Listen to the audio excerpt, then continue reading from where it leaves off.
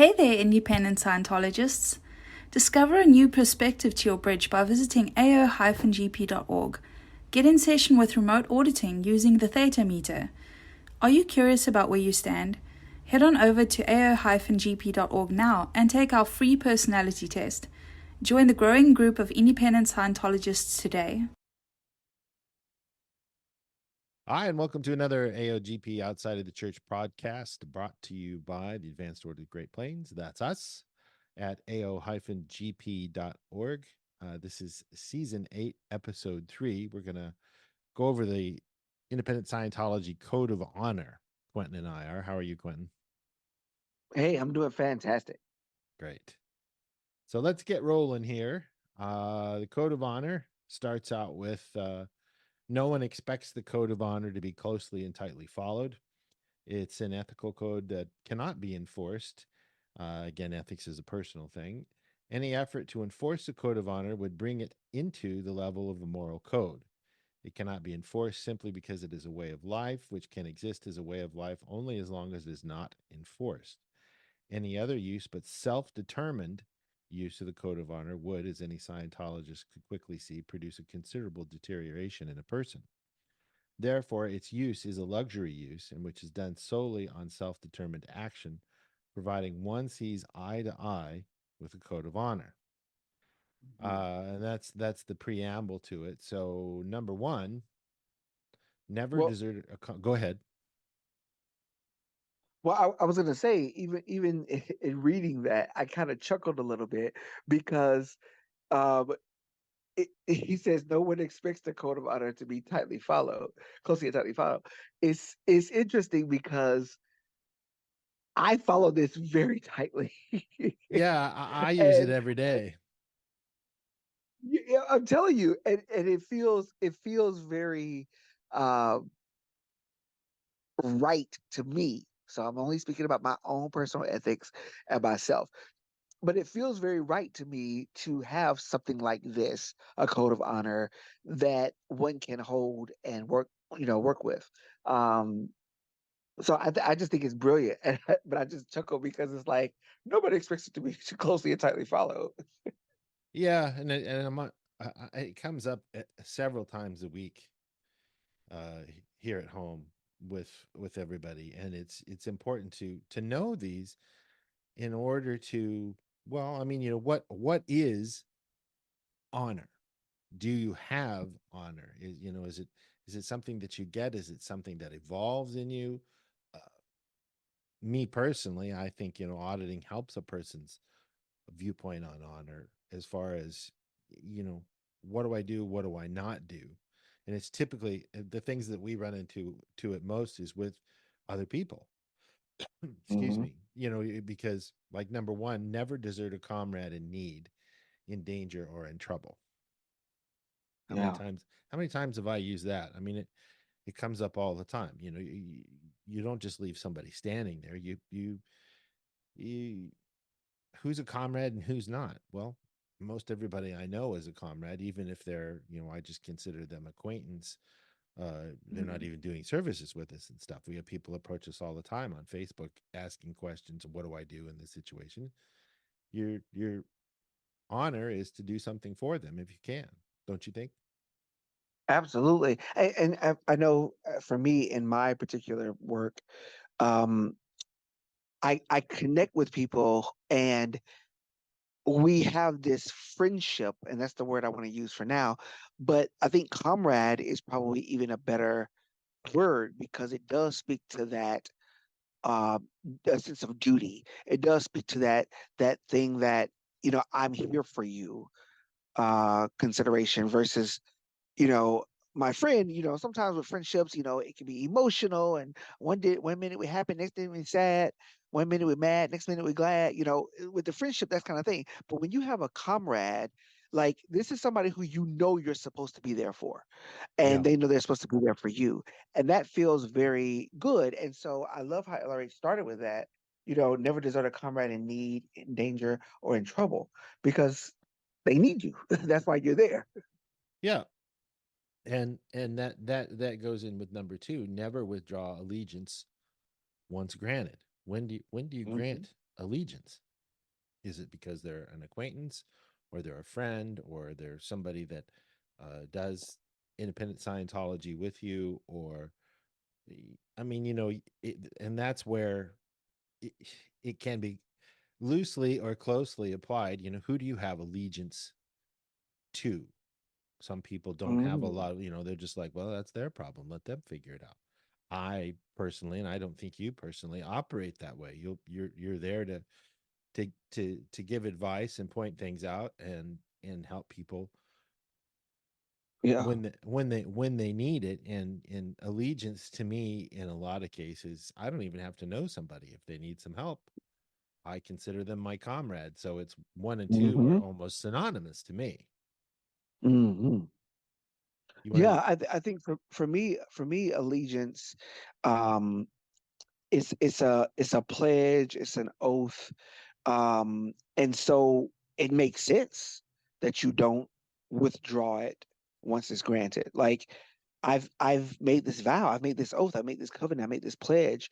Mhm. I've done this, and whether it be, this is again true for me, but even with past relationships and stuff like that, even if we decided that we weren't going to work out romantically, I still have made an allegiance to you, Right. and to that point, I'm going to be there for you as best I can within the parameters of my own self-determinism, that I can feel I need to do. And I've never had any issue. And all of my, not all, but many of my exes have been like, you know, you're different, you know.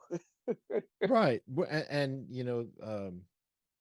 it's one of those things that came up in a new aerodynamics cycle just the other day. uh how a person's viewpoint can change from when they're I was talking to you about this in chat earlier. How a person's viewpoint can change with auditing, where maybe you Hmm. were you were siblings and now you're adult, and you look at things and you go, I didn't treat them right. I need to do something about that. And auditing changes that viewpoint, where you might have had a grudge because you had overts and withholds on them, or you were out of valence and all of the above as well. But you still have allegiance to people, whether it's on a second dynamic like a brother or sister, or former beau, or what's the opposite, a former husband, wife, boyfriend, or Hmm. girlfriend. And Right. that's the thing that separates out a clear, to me, is that you don't you don't have this let them suffer, it's your problem, you fix it type of a thing. Oh Especially, yeah. I mean, that's where KRC comes in. If you know about something and you're responsible with it, you can control it. And having control includes keeping your allegiance towards somebody that needs something, even if you don't know them. If you saw somebody being mugged on the street and you could do something about it, you have an allegiance to your fellow man or woman to Yeah. help them out. I mean, like the opposite of that would be the last episode in Seinfeld, where they all were viewing this thing and filming it, and ended up in jail because they didn't follow the Good Samaritan law. Hmm. you know, you don't just Yeah. stand idly by. You need to do something about it. Right. And it's a level of control, knowledge, responsibility, control. It's control that speaks to order, that speaks to, the removal of chaos, right? Like I, Hmm. I I can do something about this. I can make this go right to whatever degree. And so, withdrawing, or having that allegiance to people, and then letting it be, and never withdrawing that. That doesn't mean that you bend over backwards for everybody, and you always got Yeah. to do everything that everybody asks of you and stuff like that. That's not what that's about. It's about having a level of responsibility. And again, the code of honor is about your own self-determinism and your own personal ethics. So it's to the degree that you feel that you should be available, or you feel that you should show up, or you feel that you can be there. It don't mean that you gotta do everything that that person asks. Absolutely not. No, you determine what's true for you, in alignment with your own personal integrity, and say, you know what, I can't do that, but this is what I can do, and then you Yeah. show up. Yeah. And I mean, within reason, we have lots of people that ask us for references and things like that. And, if I have the reference available, I don't even know the person. I'll pop it in an email to them and say, here's the reference you were looking for, because I have an allegiance as, a central organization, AOGP. That's how we view ourselves, is we're trying to hold the line of being a resource for people where they might not be able to find other things. I just did that the other day. I heard from somebody that I haven't talked to in a year or two on Facebook, and they were looking for something, and we had it on the website. They couldn't find it. I grabbed it, dropped it in an email, and sent it to them.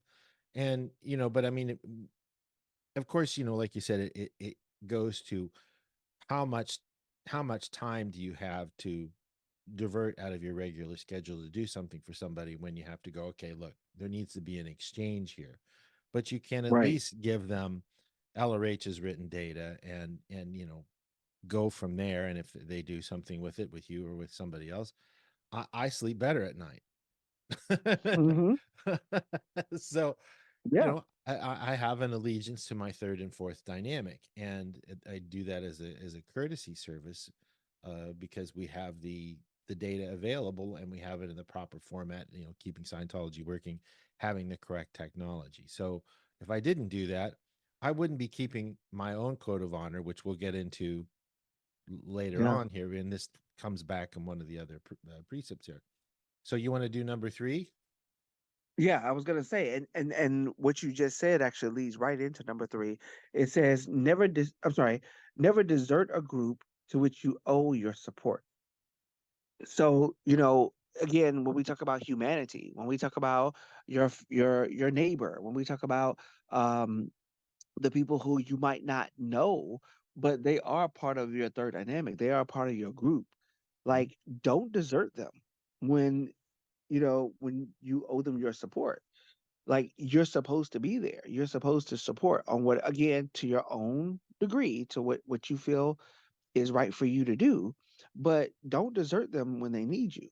I had to learn this, I would say, years ago when I was living in Georgia. I had to learn this, that I needed to show up and I needed to be there to support my third dynamic. And it made all the difference. And I know some people whose lives were saved, and some people whose lives were changed because I decided that I owe my support to my group, you Yeah. know?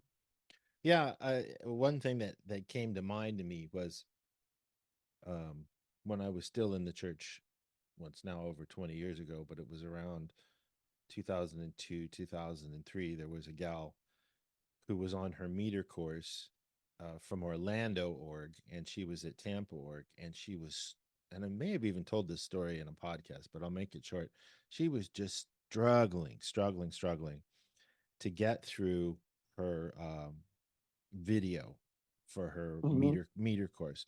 And she was in her early 20s, very bright and everything like that. And they sent her down there to be with the class 8 CS and stuff. And I came in, and they said, can you do a video with her?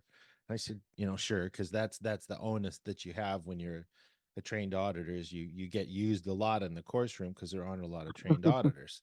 So I said, yeah, no Right. problem. I went in, and I was like, I see exactly why she has a chip on her shoulder, why she isn't getting reads. And so I sat down and talked to her. They had her in the Key to Life course room, and it was private. And I just said, look, you're female, for one thing, and you have something to prove. And I spent several Hmm. hours with this person, going over this stuff with her, and just saying, look, your ARC's out. That's why you're not getting these reads with people, and it's you, and it's affecting them. And so, I didn't have to do that. I didn't have to spend my time. I came in 2 days in a row to work with her and everything. And by the time she got done, she had it nailed. And she said, you changed everything on this. I was not going to get through this. And I just said, Hmm. you should be proud of what you're doing. You shouldn't put up these ridges that are preventing you because you've had a bunch of men come in and tell you what, talk down to her because she was young and she was female. And I said, you're Thetan. You're not a body. Just act like one. Be yourself. Have that Right. ARC high. And Right. I owe my support to other auditors. I owe my support to other musicians. I owe my support to other uh, entities that do what we do and everything like that. And I don't see these lines of division that other people see, because Yeah. at the end of the day, we're all here trying to live and survive, and the only way you can live and survive is by giving support to that which you have ARC for, whatever it is. Yeah. And understanding that it's you that brings something to that dynamic as well. So it's not just, oh, that person's in need, or that group needs me to show up, needs me to show up, needs to show up. Like you realize by showing up, you're saying, I'm the one, I can bring something to this experience. I can bring something new. I can bring something better. I can bring something different. I can bring something that's workable. I can bring something to this experience, a solution perhaps. And that's why I'm showing up. I'm showing up not only because I have to or I'm supposed to, but I'm showing up because I can do something about it and I can bring something to the experience, which brings us to number 4. Right. Never disparage yourself or minimize your strength or power. There's a biggie. Right. How many times have people done that? How many times do you disparage yourself and put yourself down and minimize your strength and power? I can't do this. I'm not good enough. I don't know how to do it. And we constantly kind of put ourselves in this condition of less than, not enough. I think Mhm. what's the reference about you're being held down by a piece of lint? You know? Yeah, where he says, that's really all that it is that your considerations are these little pieces of lint, and all you need to do is cut them in order to regain your abilities back. But responsibility on the first dynamic is super important, and responsibility Mhm. implies you don't disparage or minimize your strength or power, like this girl was doing in this very difficult e-meter drill. She was disparaging herself because, well, that was what she thought she should do. And I said, stop that, knock it off. No self-coaching. And Right. and that's, whether you're doing meter drills or you're doing TRs or in life, you have to believe in yourself. Don't buy the lie of group bank agreement out there. And you see this with clears and OTs all the time. When they get around people, they tend to drop their tone level in order to be an ARC, and then they run into doing number 4 when it's hard to fly with eagles when you're with a bunch of turkeys. You need to find the right people to be around, because tone level is everything about yourself and about others, and it's hard to stay up tone around people who aren't up tone. So That's given interesting. yeah, given that, it's all about the chart of human ability. And I know I beat that drum a lot, but you have to look at that chart of human ability. Have it on your phone, have it on your tablet, have it on your desktop. And when you're dealing with somebody for the first time, you've dealt with them for a few days, a few weeks, or whatever, look at that chart, see what it is, and see how you think where they're at on the tone scale. How do they communicate? Do they make more? Or do they make less of you? Do they bring you up? Do they pull you down? And you see this all the time in your consulting business as well. I Yeah. mean, how much of what you talk about to people is people have bought into what other people think of them. Right. Well, and it's interesting that you even just said it that way. That it happens a lot to clears and OTs that they get around this I'll call it culture, but this culture of negativity or this culture of less than, and it starts to kind of make that person come down in order to kind of have ARC, which is really interesting to me because oftentimes I get uh judged. I don't know if that's the right word, but I get scrutinized or judged by because I don't like go there, right? Like I don't get down to that tone on that tone level. Mm-hmm. And oh, you don't care. You don't even care. Yep. I was like, yeah, I do. I'm right here. I Yep. clearly I care because I'm here having this conversation with you. Well, you ain't even upset. No, I'm not upset about it. I care that I'm here to be with you and to have this conversation and help you through it. But I'm not. Your stuff ain't my stuff. Your triggers ain't my triggers. You know what I mean? Like it doesn't affect me the same way, but that doesn't mean I don't care. And I think a lot of times the idea that sympathy, which we're going to get into next, Mm-hmm. that this whole idea of sympathizing with people, it makes you feel, it makes people think that you're more human. And I'm like, well, yeah, no, that's not where I'm coming from. Like, Right. I'm not coming from a place of sympathy because I'm here because I care and I'm having this conversation. I'm doing this work with you. I'm coaching you through this. I'm leading you through this. I'm travailing with you through this because Mm-hmm. I know how important it is that you get through this. But I don't sympathize. No, Right. It's a which is number five. big, right, which is number 5. And there's a huge difference between sympathy and empathy. Yes, And LRH says absolutely. power is the ability to hold a position in space, and that position in space, and I think a lot of Scientologists miss this, and just, well, everybody misses it, whether you're Scientologist or not, is you can hold your own tone level and empathize with somebody. That doesn't mean that you have to, because well, he also says that emotion is what is used to get a desired result. Now think about that. Right. Think about that, folks, because if a person is reacting the way Quenton was describing, what kind of desired result is a person trying to get on you, Trying to relating get. their tale? What's going on there? There's something else going You on in don't between the care. lines, Right. and that's sympathy. Oh, So it's such a interesting though thing because it's like, what are you trying to accomplish? Like I've literally asked people that. Like, what are you trying to accomplish? Like with what you just said, what were you trying to accomplish there? mhm. Never mind, never mind. I'm like, well, Right. I'm just asking because I don't. I'm trying to get to what you need in this moment. Hmm. So number 5 is never need praise, approval, or sympathy. There you So go.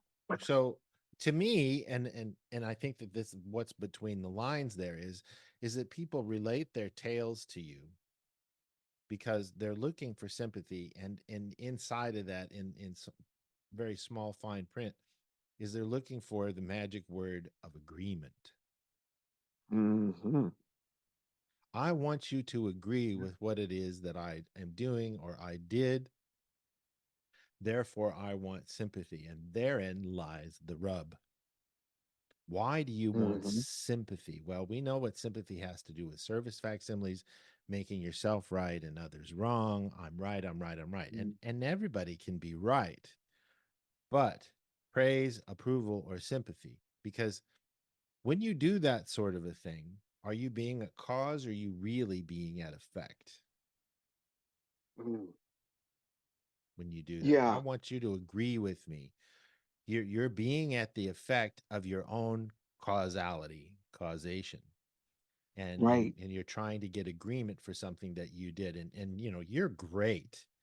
You're great in the stories that you've related when you deal with people and everything. And it's it's a little bit of that Dr. Phil thing. So how's that working out for Right. you? But when I was first studying the code of honor and I was clearing my words on it, I actually had to clear the word approval Mhm. because I guess when you first think about it offhand, it's like, oh, okay, approval. Like I want somebody to approve it. I want it to be okay. Whatever. And the truth of the matter is, and I think it kind of comes down to this: approval is a license to survive That's or a right. license to be, Yeah. right? And so that blew my mind. That blew my mind because when I was like, wait, approval is a license to survive. Hmm. Approval is a license to be. I was like, I don't need you to license me to be. Like Right. I Right. could, I am being because I am. Like period. Like, and so this whole thing of needing approval, it is a real thing. Mm-hmm. It's a real thing. I have a client who is 60 years old. 60 years old and still needing her mother's 94-year-old her mother's approval. Still needing her mother's approval. Mm-hmm. I was like, you're 60 years old. What are you looking for? What do you need? Well, Right. it's just important. It's important. Okay. Right. It's Because something. approval is effect. If you don't get somebody's approval, are you at Mm-hmm. cause or are you at effect? If you're getting somebody's Yeah. praise, are you cause or are you at effect? And that goes back Effect. to number 4. If you don't disparage yourself and don't minimize your strength, you don't need anybody to put you at effect in order to have a license to do something. Right. License to be. A Jeez. license to be. So, and that brings us to number 6, never compromise with your own reality. Mic I drop. love it. Mic drop right there. Because your Never reality, compromise with your own reality. right, what is true for you is true for you. Now, if you're seeking approval and praise and or sympathy at the low end of the scale, whose reality are you operating off of? The other person's. That's right. And that's Yeah. why you shouldn't do that, because you're Right. minimizing your own strength. And compromising your own reality. Right. Right, right. It's just, these things flow like water when you talk about them to another person. When you just read them line by line, you're like, yeah, that's good, and then you just kind of move on. But that's why we're doing this, is to get the ball rolling for our listeners, so that you can understand why this is so important and you operate off of this, because to the degree that you're happy is to the degree that your own personal ethics are in. Again, ethics is a Mm-hmm. personal thing. And what we read at the beginning of this is you can choose to use these, some of them, one of them, or not. But if you do, Right. your personal ethics are going to be in. You're keeping your own code of honor. And there may be more of these Right. to yourself. He's just giving you jumping off points. Now, you get to 7, never permit your affinity to be alloyed. What does that mean? Let's talk Yeah. about that.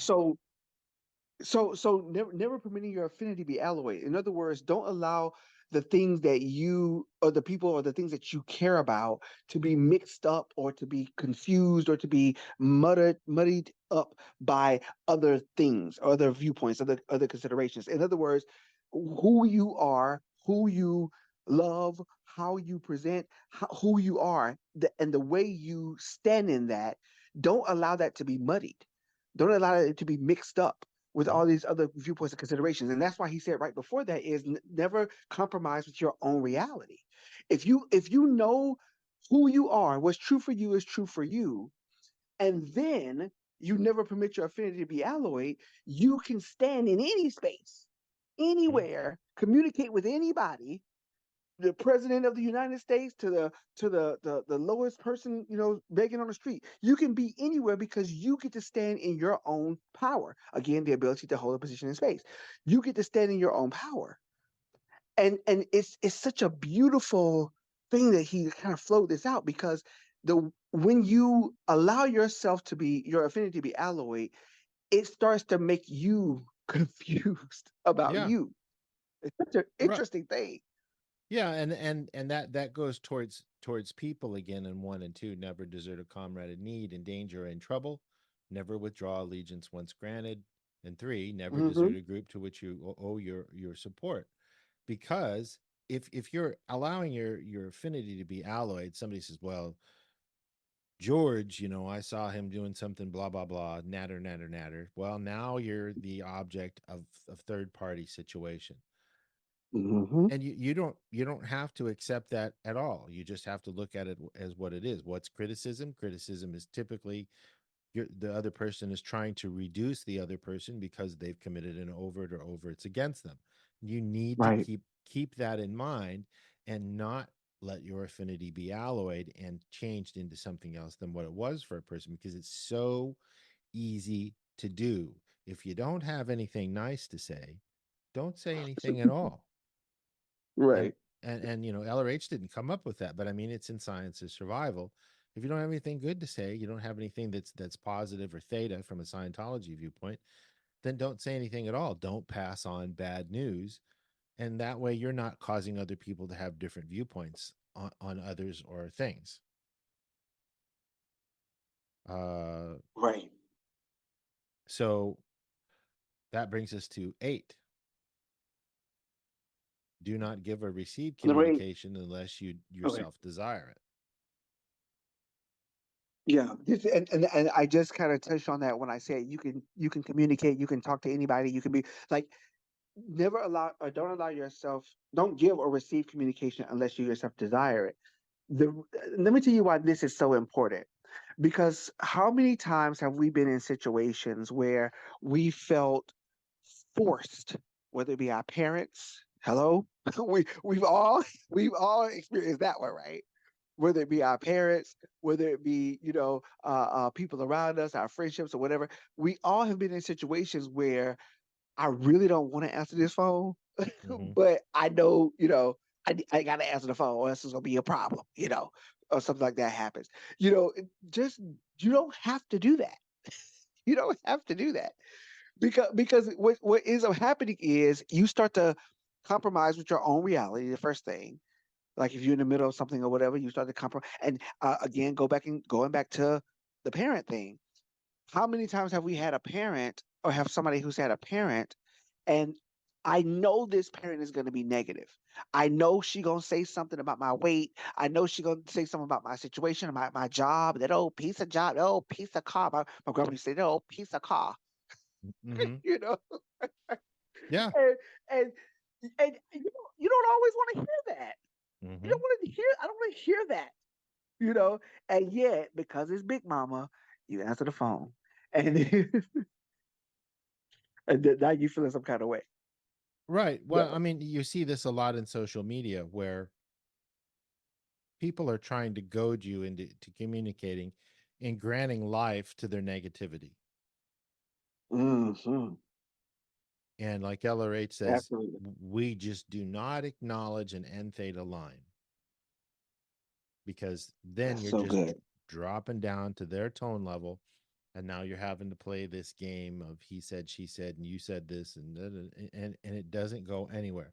And this is something that I see as a very sore point with people, is you don't have to communicate unless you want to. And I have made people so mad when I will not acknowledge an end theta line because they're trying to get my goat, and they're being incredibly negative.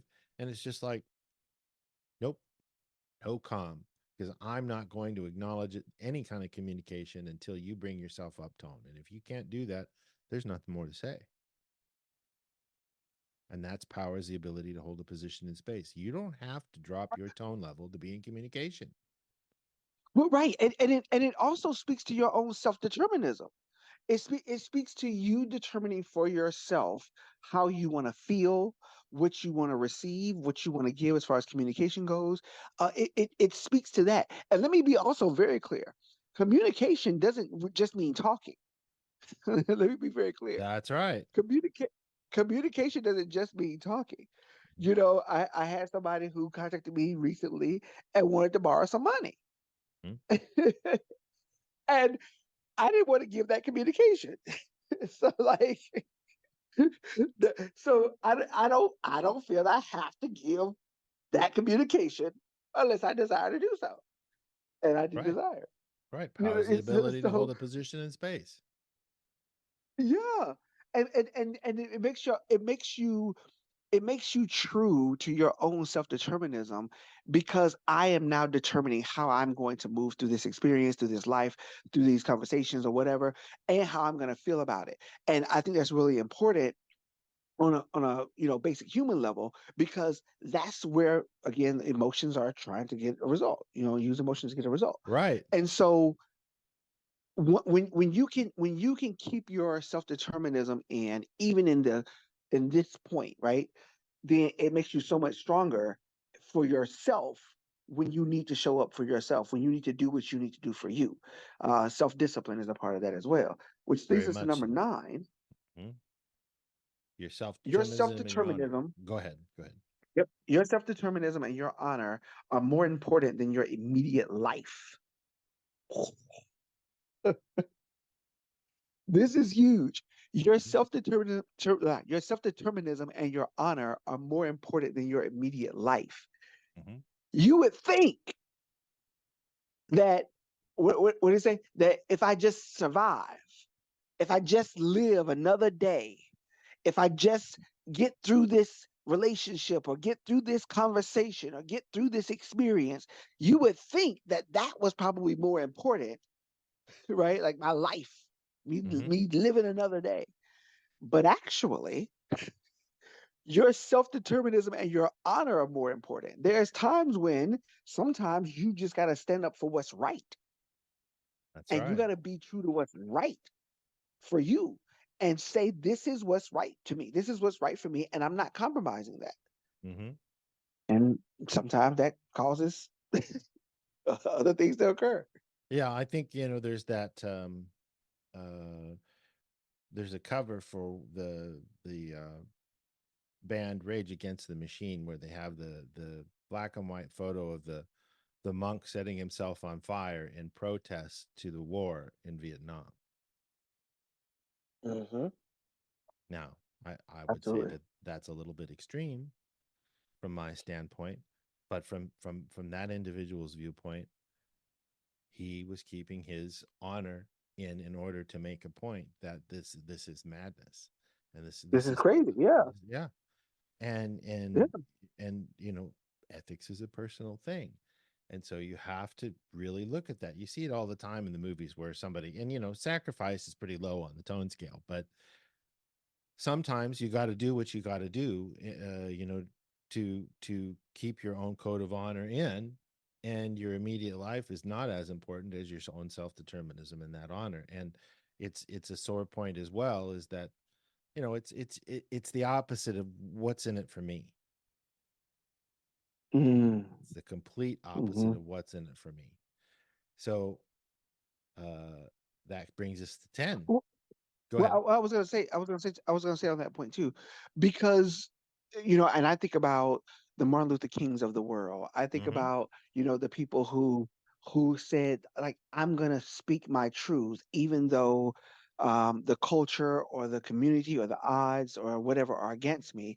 I'm gonna stand up for what I believe is right, and that can cause one their life, Mm-hmm. at times, and yet it's still the right thing to do. And because you were willing to do that, we hold you in such honor, right? And we can Mm-hmm. think about the martyrs in Catholicism or whatever. Like we hold you in such honor Mm-hmm. because you were willing to die for what you believed in, Yeah. for what was right to you. And to, just on that one point, you deserve some honor. You know what I mean? Good, Mm-hmm. bad, or indifferent, right or wrong, you deserve some honor in that, on that point. Now, obviously, like you said, you can get into madness and other things too. But I think this is really important when we look at our life, when we look at the grand scheme of things, the wholeness of life, the whole track. Because when your self-determinism, when you start going against your self-determinism, when you start compromising with your own reality, when you start disparaging yourself and minimizing your strength and power, that has ripples effects throughout your whole existence. Mm-hmm. It Yeah. ain't just that conversation with Big Mama, Yeah, right. I you mean, know. there are lots of people in history. You got Madame Curie, you have Jonas Hmm. Salk. These people, in the name of science, they took huge chances uh in order to further the goals of mankind and health, and took huge risks and used themselves as their own guinea pigs. LRH used himself as a guinea pig in order to get the bridge established, and it had huge consequences for him physically on numerous occasions. Yeah, But that's the thing. Your self-determinism and your honor are more important than your immediate life. Sometimes a guy or gal's got to do what they got to do because they know it's right. And they're right, not doing it for praise, approval, or sympathy either. They're doing it because right. it's right. Yeah. The big picture. And then number 10 kind of piggybacks on that too, that Hmm. your integrity to yourself is more important than your body. That's right. What Whew. That's KRC. What I got to do is what I got to do. Yeah. Madame Curie died of Interesting. radiation poisoning. Mm-hmm. Yeah. So, It's so interesting because I was just having a conversation about sleeping. And because I have, a lot of people that I'm helping around the world, and I have things that I'm doing, like as far as course and stuff like that, like I have to rest, obviously. But I can feel that my integrity to myself and what I'm trying to accomplish and what I'm trying to do in the world, that integrity is more important than my body, mhm. right? And I feel that I know that. That doesn't mean I don't seek and find the time to get the rest that I need, because I do, but I have to do it in a way that I have to show up for, or I choose to show up for people that I choose to show up for. And it feels good to me that I do that, that I show up for the people that I choose to show up for. And then I get some sleep. So Right. it feels like I have to make sure I do balance it out. But it's very clear to me where my priorities lie. Yeah, yeah. You can't if you can't function, you can't help people. You have to take that That's into true. consideration, and that's Right. very important. But you and I both, in doing what we do, sometimes you don't feel like doing anything else after you get done talking to everybody else for hours and hours, and you just want to, maybe sometimes you don't even want to eat and you just want to go to bed because you're so worn out in dealing with the things that people need help with. Yeah. And then that's tough, but that's number 10. That brings us to 11. And this is super important, and this is why there is auditing. Never regret yesterday. Life is in you today, and you make your tomorrow. Yes. Yeesh. You know, you Beautiful. you can't be hard. You can't be too hard on yourself. Don't beat yourself up. You have to be able to forgive yourself. And like Ellerate says, everybody makes their own overts out to be these 800-pound gorillas when they're nothing but a little zygote. Right. You can always atone, and you make mistakes, and generally the good things that you do came from mistakes that you made priorly, and you learned from those mistakes and then could do good with them. Hmm. And 12. that's how you make your tomorrow. That's how you make your tomorrow, is you adopt policy and you go, okay, what did we learn from all of this? Let's not do this. Let's do this, this, and this. Okay.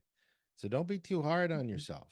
Life is in you today, and you make your tomorrow. And like he says, if you just start smiling, you'll soon start having something to smile about. It's that simple. It really is. So with number 12, okay, before we say anything, because I know there's some people who will look at this and be like, see, this is what we're talking about, right? But I want you to really understand what's actually being communicated here, Mhm. okay? Number 12 says, never fear to hurt another in a just cause. Now, people will take this thing and they'll be like, this is why they do this, and this is why that happens, and this is why. If you understand what's being communicated, it says here, in a just cause. And I need you to understand why that's such an important part of the conversation. Because when there's something that is right, we talked about this earlier when we talked about your own life and your own body. When there's something that is right and that needs to be uh, done the right way or in a certain way, you can't be afraid to put some people in their place. Mhm. You can't be afraid to remove a person if they need to be removed. You can't be afraid to hurt feelings and or hurt people Mhm. in a just cause. Mhm. And there's countless examples of this throughout history where this needed to be done or else somebody would have it would have caused more and more and more. And I we can go into World War II, we can go into all these other things, but there's so many reasons why these things needed to be done, right? Yeah. And so I just wanted to say, because I know people will look at this and be like, this is exactly what we're talking about. Yeah, you can't use it as a justifier to commit overts on others. Right. And you can't throw the baby out with the bathwater. You've got to That's look right. at what's the greatest good for the greatest number here. If you're building a shoddy product and you've got people on your team that aren't being professional about it and using good workmanship, and it could harm other people in the future, well, then Yeah. you need to be able to report to your superiors or make a report to the local authorities on it and say, look, this place needs to be looked at. That's why they have inspectors on new houses. I just was watching a thing on Mhm. TikTok the other day, and this inspector was going in and he just showed all of these things that were dangerous to somebody on a brand new, never lived in before house. Oh yeah. Hmm. And that comes down to, and a lot of times it's a situation of integrity and professionalism that Right. this particular line comes in, and you have to look at it and go, okay, because if somebody associates you with somebody else, sometimes you got to say, look, you need to get it together and get the product that needs to be gotten, because it reflects on all of us, not just you, because we associate with you. And you have to say, look, you need to go back and get retrained on this. There's something here you don't know. What is a professional? That type of a thing. But Hmm. sometimes it's just knowledge, responsibility, and control. I mean, I had that happen when I was young. I worked at Applebee's, and one of the guys on the cook line was in the walk-in refrigerator smoking a joint right in the middle of rush hour, 7 o'clock at night on a Friday. Wow. And I reported it to the managers, and it blew back on me because it turned out he was the dealer for all of the managers. Wow. Yeah, I didn't know that. But I took knowledge, responsibility, and control, because here was this one person who was integral that we needed him on the line, and we were having to pick up his slack because he was in smoking a doob in the walk-in refrigerator, and we were all having to work way harder for no reason. And I was like, I know about this. I need to take responsibility for it and take control of it. And I reported him. And well, I ended up getting fired for other reasons that got, and this is just my viewpoint, but that were trumped up because they didn't want to be reported to corporate Applebee's that they had drug addictions because this guy was selling them their drugs. I didn't at that time. Right. I didn't know how pervasive it was in the society. I didn't do drugs or anything like that. But that was my code of honor, and I had to look at that, and that goes back to your integrity to yourself is more important than your body, that sort of thing. So Hmm. never fear to hurt another in a just cause, but you got to take all the other points into I consideration in the was code of just honor about as to say well. that. Take everything else before that into consideration. Yep. because if you understand who you are throughout through this, if you understand that you're not going to withdraw your allegiance once it's granted, if you understand that you're not going to desert a comrade in need or in danger or in trouble, so you're not this is not a justification for overt. This is not just I'm going to do what I want to do because I feel it's right. That's not what that sounds like, right? Mm-hmm. What it's really saying is that I'm here to help what needs to be helped, Mm-hmm. and I'm here to eradicate what needs to be eradicated. Mm-hmm. Period. That's right. Right? And it is good on that. So Yeah. number 13. Oh, go ahead. Number number 13 falls right in line with that. Don't desire Right. to be liked or admired. I mean, obviously, I mean, if something's going on and it's drawing everybody else down and everybody's working way harder because somebody else is doing something that is not in line with what the group is supposed to be doing, and you're not getting paid anymore for it, well, you don't have to be desired or liked. You got to do something about it. If you know about it, be responsible for it, put some control in. That's knowledge, responsibility, and control, because this comes down to the Scientology ethics conditions. That condition you fail to assign, you will take on yourself if you let it go on for very long. We did a podcast on that, and it is so true. And that is because your code of Mhm. honor has gone out.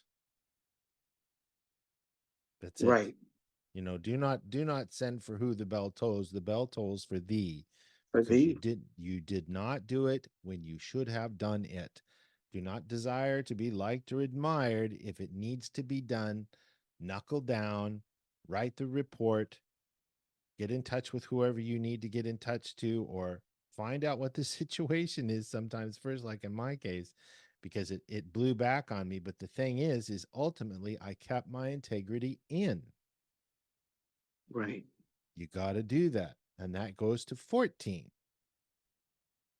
Be your own advisor, keep your own counsel, and select your own decisions. That's a tough one. Mm. Should I do this? Should I not do this? I came to find out pretty much everybody in the whole joint was buying from this guy. So what's a guy to do if you're not Right. part of that? If you're involved in a corruption scandal and everything, and it's supposed. I mean, we're dealing with hot water, we're dealing with fire, we're dealing with cold temperatures, we're dealing with knives. I, I mean, that's a dangerous workplace environment if somebody is on drugs, and if you were working with big mechanical machinery or something like that. I mean, that's almost to a point of a felony, because you're putting your other team members at risk in these situations. Anything could happen. And if somebody is Hmm. on drugs, well, they're obviously a potential trouble source, and they've got some suppression in their life, and they're turning to drugs in order to feel better about the suppression that they're not willing, not aware, not in control of. And then they're going to make mistakes, and those mistakes could affect you or your other group members. So you have to be your own advisor and go, this shit's just too dangerous. I'm getting out of here. And that's what I did. I didn't have any choice. So Yeah. keep your own counsel. Don't let anybody sway you on anything. You have to know what's true and ethical and what's right. Ethics is a personal thing. And a lot of times things are far worse than you ever imagined because people are withholding things from you. So you have to take that into consideration. If you know the tech of the human mind, it will protect thee. That's why it's important to get trained and not end up in the soup. 15. You want to do There you go. 15? Yeah. 15. Be true to your own goals. This is a great end for this, because after understanding the code of honor, understanding that it's a self-determined code, understanding that it's something that you keep your own integrity on, that it's not something that's to be enforced. Whatever we just said, it's just our experience, and it's our us admonishing you to look into this as a code of honor, as something that you can operate with. Again, not to try to force one on this. This is not the 10 Commandments of Scientology or whatever. This is definitely something that you can apply and get some amazing wins and results in your life, just in your own personhood, in my opinion. And Mm-hmm. so, number 15, be true to your own goals. Whatever works, whatever you want to happen, whatever you want to make that happen, and be true to that. And know that that is, one thing I love about Scientology is that we start off with the premise that man is basically good. Right. You know, other viewpoints says that man is inherently evil and original sin and whatever, whatever. But we start with the viewpoint that man is basically good. And so we know that those of you who are listening to this podcast, those of you who are on course, those of you who are getting sessions done and getting yourself clear and doing the things that you have to do, we know that you are basically good. So be true to your own goals, because it's gonna help people out. Right.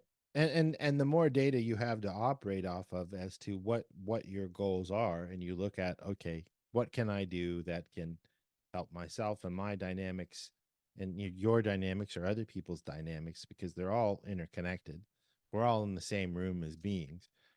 You need to make sure what your goals are in line with who and what you are. That's why we do admin scales. What are your goals? What are your purposes? What are your plans? What are your programs? What's your valuable final product? That type of a thing. And the code of honor isn't to make you selfish. It's trying to put in a balance for you, your dynamics and the dynamics of others. Is that we're all here to help each other, and your Right. goals should be forwarding other people's happiness as well as your own, and your goals should be in the direction of in aiding your survival while aiding the survival of others. It's not just about I, me, mine. And that's something that needs to be taken into consideration when you're looking at the code of honor. Is everybody is in the picture with you. You won't be an OT for very long if you're the only OT out there. It takes other OTs, it takes other clears, it takes people making clears, making OTs. It takes people helping people with ethics and PTSness and their own codes of honor. So you have to put that into the mix. And to the degree that you do that, is that you will be successful. You will have wealth, not only in material things. The greater wealth, and I think you would agree with me on this, the greater wealth is not the material things. The greater wealth is, how have I helped others? Because when you do that, the material things follow. Absolutely. Absolutely. Which is why LRH ended it with this. He said, "This is the ethical code of Scientology. The code one uses not because he has to, but because he can afford such a luxury." This is a beautiful code of honor. And we encourage you to take a look at it and really clear your words. If you got to clear your words, make sure you fully understand how it flows and why it flows the way it does. And hopefully this podcast helped.